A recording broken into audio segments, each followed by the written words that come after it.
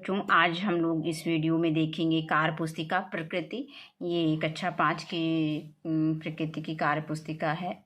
इस वीडियो में हम लोग देखेंगे पाठ 6 वन्य जीवों का संरक्षण।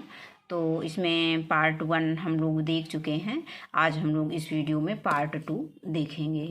तो पार्ट 2 में हम पेज संख्या 32 से लेकर के, ये पेज संख्या 32 से लेकर के पेज संख्या 35 तक देखेंगे। तो आइए इसको देखते हैं। तो इसमें पहला प्रश्न दिया गया है वन्य जीवों के संरक्षण में। पहला प्रश्न दिया गया है कि अपने राज्य के विभिन्न अभयारण्यों और राष्ट्रीय उद्यानों के नाम लिखिए। तो अभयारण्य, राष्ट्रीय उद्यान दिया है, शहर का नाम है, आरक्षित जानवर, यानी कौन कौन से जानवर उसमें आरक्षित हैं। तो पहला आता है दुधवा राष्ट्रीय उद्यान। ये लखीमपुर खीरी में है। ये बारहसिंघा और बाघ के लिए प्रसिद्ध है। अगला आता है दूसरा जिम कॉर्बेट राष्ट्रीय उद्यान। ये नैनीताल या रामनगर जिले में है। अब यहाँ पे ये इसमें जो है बाघ आरक्षित जानवर में है। आगे आता है काजीरंगा राष्ट्रीय उद्यान। ये असम में है, यानी गोलाघाट और न्यूगांव जिले में स्थित है, असम में। तो ये एक सींग वाले गैंडे के लिए प्रसिद्ध है। और इसके बाद आता है गिरि राष्ट्रीय उद्यान। ये जूनागढ़ में है, एशियाई शेर के लिए प्रसिद्ध है। आरक्षित जानवर इसमें एशियाई शेर है। और चंद्रप्रभा वन्य जीव अभयारण्य, ये चंदौली में है, ये भी एशियाई शेर के लिए आरक्षित है। आगे आता है नंदा देवी राष्ट्रीय उद्यान। ये चमोली गढ़वाल में है, ये हिम तेंदुआ के लिए आरक्षित है। आगे आता है राजाजी राष्ट्रीय उद्यान। ये हरिद्वार यानी देहरादून में है, ये हाथी के लिए आरक्षित है। आगे है बांदीपुर राष्ट्रीय उद्यान। ये मैसूर यानी हाथी के लिए, मैसूर कर्नाटक में है, ये हाथी के लिए आरक्षित है। अब आगे आता है प्रश्न संख्या 2, भारत का पहला बाघ अभयारण्य कौन सा है। तो इसमें आ दिया गया है काजीरंगा राष्ट्रीय उद्यान, बा दिया है जिम कॉर्बेट नेशनल पार्क, और सा दिया है कान्हा राष्ट्रीय उद्यान, और दा है गिर राष्ट्रीय उद्यान। तो इसमें भारत का पहला बाघ अभयारण्य कौन सा हो जाएगा, जिम कॉर्बेट नेशनल पार्क हो जाएगा। अब इसी में अगला पार्ट दिया गया है वन्य जीव संरक्षण में। पहला प्रश्न दिया गया है कि अपनी कक्षा में की गई चर्चा के आधार पर बताइए कि अभयारण्य क्यों महत्वपूर्ण हैं। इस प्रकार आप अन्य मुद्दे लिखिए। तो पहला का दिया है कि विलुप्त प्रजातियों की सुरक्षा प्रदान करने के लिए, यानी कि अभयारण्य क्यों महत्वपूर्ण है।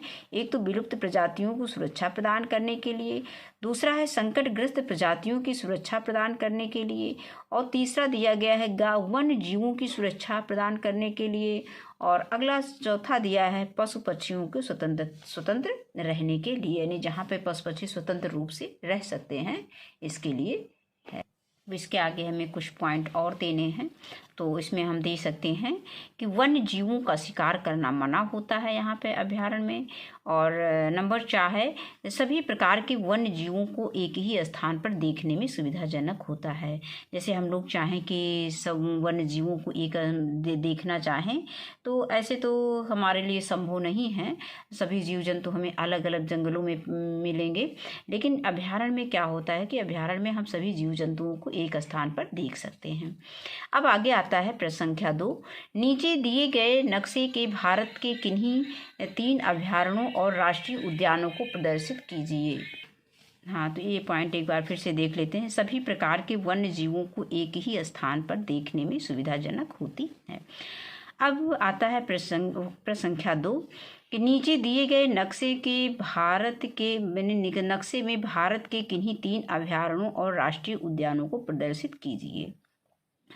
तो यहाँ पे हमने नंबर 1 पे उत्तर प्रदेश में का दिखाया है, नंबर 2 पे ये उत्तराखंड का दिखाया है, और नंबर 3 पे हमने गुजरात का दिखाया है।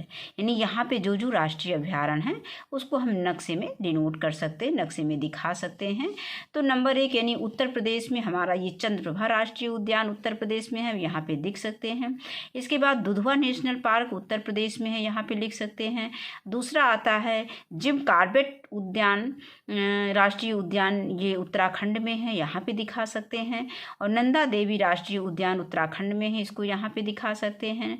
और राजा जी राष्ट्रीय उद्यान उत्तराखंड में है, इसको भी यहाँ पे दिखा सकते हैं, यानी नंबर 2 पे। और नंबर 3 हमारा कहाँ पर है, ये नंबर 3 गुजरात है और गिर राष्ट्रीय उद्यान गुजरात में है। अब आगे आता है प्रश्न संख्या 3। अपनी कक्षा में की गई चर्चा के आधार पर बताइए कि अभयारण्यों और राष्ट्रीय उद्यानों में जानवरों की देखभाल के लिए किन किन बातों का ध्यान रखा जाता है। अब इसमें है उत्तर, अभयारण्यों और राष्ट्रीय उद्यानों में जानवरों की देखभाल के लिए उनके खाने, रहने व सुरक्षा प्रदान करने का ध्यान रखा जाता है। अगला प्रश्न है कि नंबर 4, अभयारण्यों में किन किन गतिविधियों पर पूर्ण प्रतिबंध है।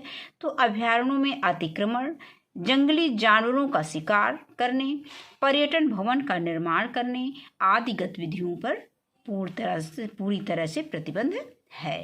अब इसी में अगला पार्ट दिया गया है वन्य जीवों का संरक्षण, ये पेज संख्या 34 पर है। नंबर 1, क्या आपने कभी सर्कस देखा है, उसमें जानवरों के खेल के अनुभव के बारे में लिखिए। तो इसका उत्तर हो जाएगा कि हाँ, उसमें जानवरों को बहुत कष्ट देकर उनकी गतिविधियां सिखाई गई। यानी क्या आपने सर्कस कभी देखा है? हाँ, देखा है। उसमें जानवरों के खेल के अनुभव के बारे में लिखिए, मतलब जानवरों के खेल के अनुभव, जानवरों को खेल, जो जानवर खेल दिखाते हैं वो कैसा अनुभव करते हैं, उनके पीछे क्या कैसे उनको सिखाया जाता है, कैसे उनको कष्ट झेलना पड़ता है। तो हमारा अनुभव तो यही है कि उसमें जो जानवर खेल दिखाते हैं उनको बहुत कष्ट देकर उनकी गतिविधियां सिखाई गई होंगी। अब आगे आता है कि रीमा एक दिन सर्कस देखने जाती है और सर्कस देखने के बाद उसके मन में निम्न प्रश्न आते हैं, तो आप उसे क्या समझाएंगे। नंबर का, क्या मनोरंजन के लिए जानवरों की इच्छा के विरुद्ध उनका उपयोग करना उचित है? तो नहीं। नंबर खा क्या है, क्या जानवरों को उनके परिवार से दूर रखना उचित है? नहीं। क्या जानवरों को हमेशा पिंजरे में रखना उचित है? नहीं। क्या जानवरों को भरपेट भोजन दिया जाता होगा? अब इसमें तो हमने हाँ लिख दिया, हो सकता है कि भरपेट भोजन नहीं दिया जाता होगा। और अब आगे आता है, इसमें हाँ लिख दिए हैं। अगला है कि क्या हमारे मनोरंजन के लिए जानवरों को गुलाम बनाना उचित है? तो ये हो जाएगा नहीं।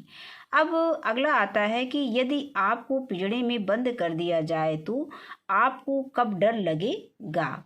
तो ये है कि हमें हमेशा, अर्थात जब हम पिंजरे में रहेंगे तब तक हर समय डर लगेगा। यानी जब तक हम पिंजरे के अंदर रहेंगे तब तक हमें लगेगा कि क्या होगा, मतलब कब हमको क्या किया जाए, कैसे किया जाए, मारा जाता है कि क्या किया जाता है, कहाँ ले जाया जाता है। तो हमारे अंदर डर हमेशा बना रहेगा जब तक हम पिंजरे में रहेंगे। आगे आता है नंबर खा, आप कब दुखी होंगे? तो इसका उत्तर है कि जब हमारी स्वतंत्रता छिन जाएगी, हमें भरपेट मनपसंद भोजन नहीं मिलेगा, तब हम दुखी होंगे। आगे है, क्या आप क्या करना पसंद करेंगे?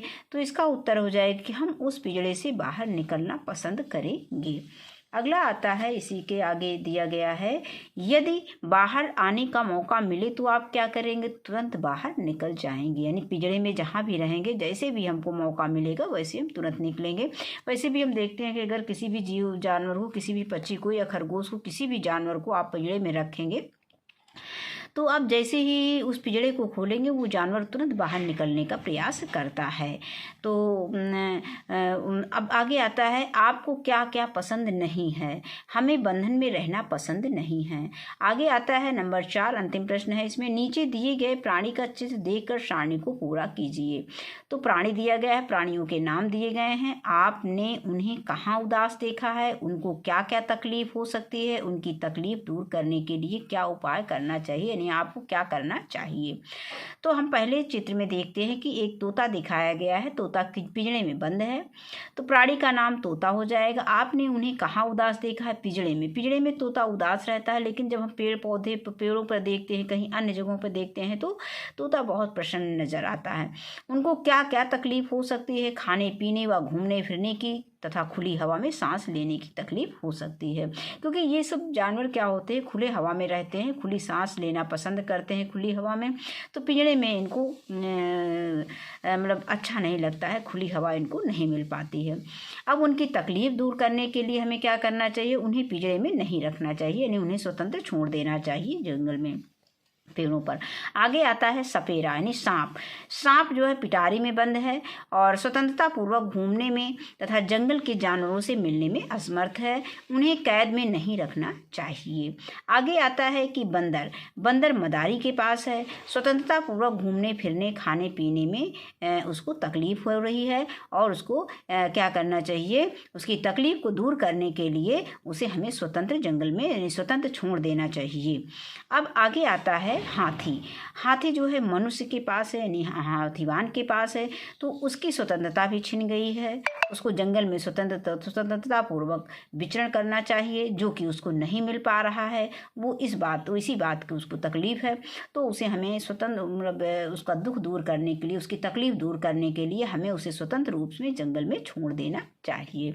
तो आज के वीडियो में बस इतना ही। वीडियो देखने के लिए बहुत बहुत धन्यवाद।